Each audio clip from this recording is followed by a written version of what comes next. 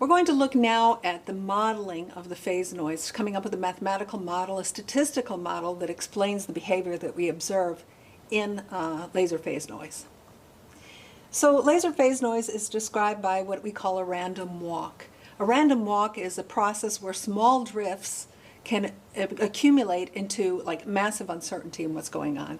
So let's say that at time k, the phase of the laser is phi of k.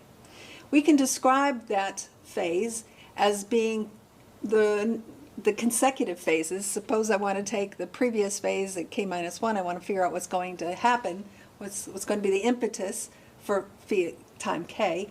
And this is driven by a perturbation process, which is a random variable, which is Gaussian, with finite variance. So I have a finite variance that I'm adding some perturbation to the phase, and it changes each time. So now what happens at phi k if I look at accumulation of all of if I accumulate all of the changes that happen from time 1 until time k? Well, each of those steps is independent. So if I want to look at the variance of the phase at time k, I'm going to sum from 1 to k of the variance of all of these different perturbations. So that means at the end I have k times this fixed variance, finite variance of my perturbation process driving my random walk. Well, what this means is that the variance of the phase process can grow without bound, linearly with the nominal phase of the perturbation process. This means that the longer the system runs, the farther it is likely to drift from its starting point, which is why I say that eventually laser phase noise is going to cause errors in your communication system. So let's look at another way of doing the mathematical analysis. A random walk describes the changes in the phase.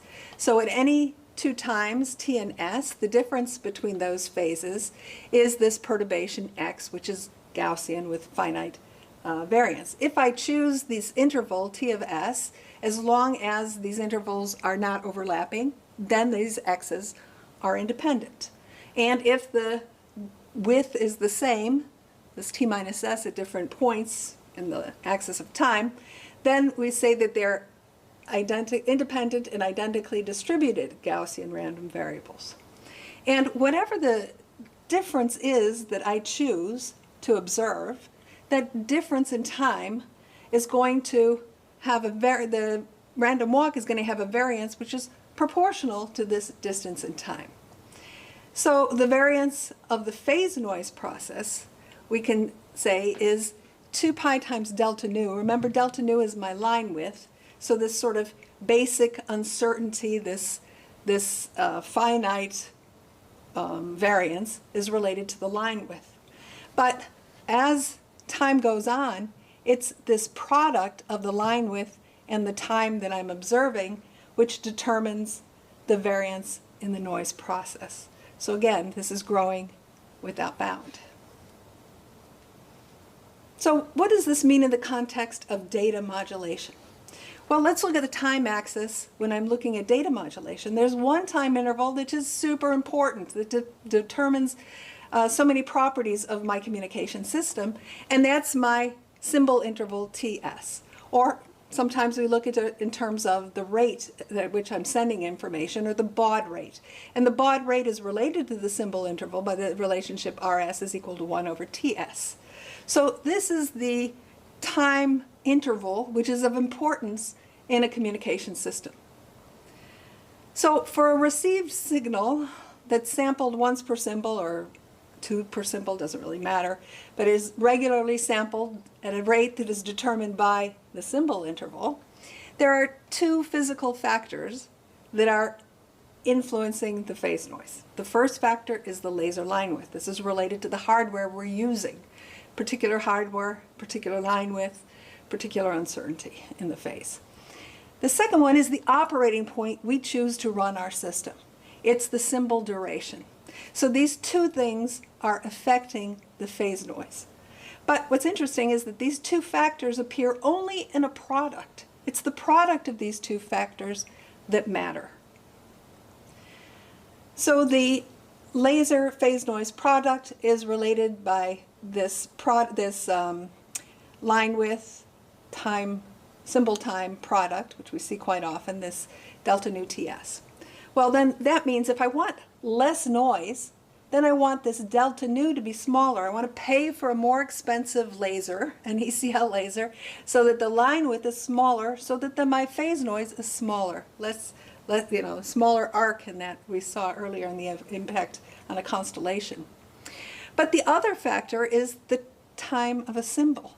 So the faster we send information, the smaller that symbol duration is. So actually, faster systems suffer less from phase noise than slower systems.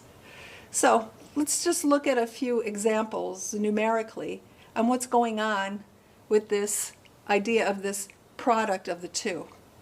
So let's take a fixed laser line width of 1 gigahertz.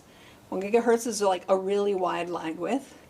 But if I look at time scale of nanoseconds, we can see swings of 2 pi in a nanosecond or two. So we can see that the line width, if we have very wide line width, it can lead to great uncertainty in the phase that's transmitted. And if I were to send information at 2 gigabits per second, well, there's big changes that happen in a symbol interval and a bit interval. So it's very hard to track what the phase of my data is when the laser itself is doing a flip of pi over 2 in maybe in one symbol interval. If I'm wanting a 400 megabits per second, slower, then there are really massive changes that are going on. It's very difficult, impossible, to recover your data in the face of all these huge variations in the phase. If I go from, this is just bringing the two together so you can see them side by side at 1 gigahertz. But suppose now I go to a fixed line width of 1 megahertz, which is something we see often in the laboratory. Maybe not with coherent detection, we wouldn't use it so much, but for direct detection they're quite common.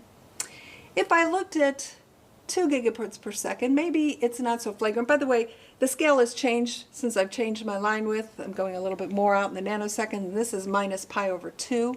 So we can see that the phase variations are less. That's why I let it run farther so we could see more. And just glancing at them, if we zoom in, we can see that things are tracking a little bit better at 2 gigabits per second. But at 400 megabits per second, they can have very large phase swings in a very short, in just a symbol interval or two. So if I go to 25 kilohertz, again, the scale has changed. Now this is pi over 16, so there's fewer variations, but they're still there. They're still accumulating.